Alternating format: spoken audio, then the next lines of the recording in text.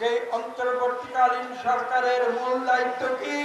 মূল দায়িত্ব হচ্ছে বাংলাদেশের গণতন্ত্র পুনরায় ফিরিয়ে আনা।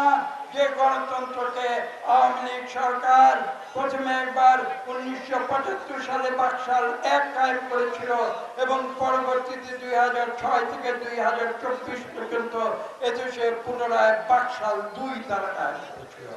এবং সেই বাকশালী শাসন থেকে এই দেশকে মুক্ত করে এই দেশে পুনরায় গণতন্ত্র প্রতিষ্ঠা করার দায়িত্ব যেটা বাংলাদেশের 18 কোটি মানুষ এই অন্তর্বর্তীকালীন সরকারকে দিয়েছে।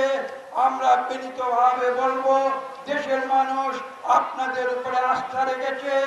আপনারা যত দ্রুত সম্ভব তাদের সেই আস্থার প্রদান করুন। যত দ্রুত সম্ভব একটি সুষ্ঠু নিরপেক্ষ নির্বাচনের মাধ্যমে বাংলাদেশের মানুষের প্রাণের আকুতি গণতন্ত্রকে তাদের হাতে ফিরিয়ে দিন। দীর্ঘ 16 বছর বাংলাদেশের তরুণ সমাজ, নবীন সমাজ তারা ভোট দিতে পারে নাই। তিনটি নির্বাচন আপনারা দেখেছেন। এমনকি 2008 সালের নির্বাচনও একটি ষড়যন্ত্রের মাধ্যমে সংগঠিত হয়েছিল।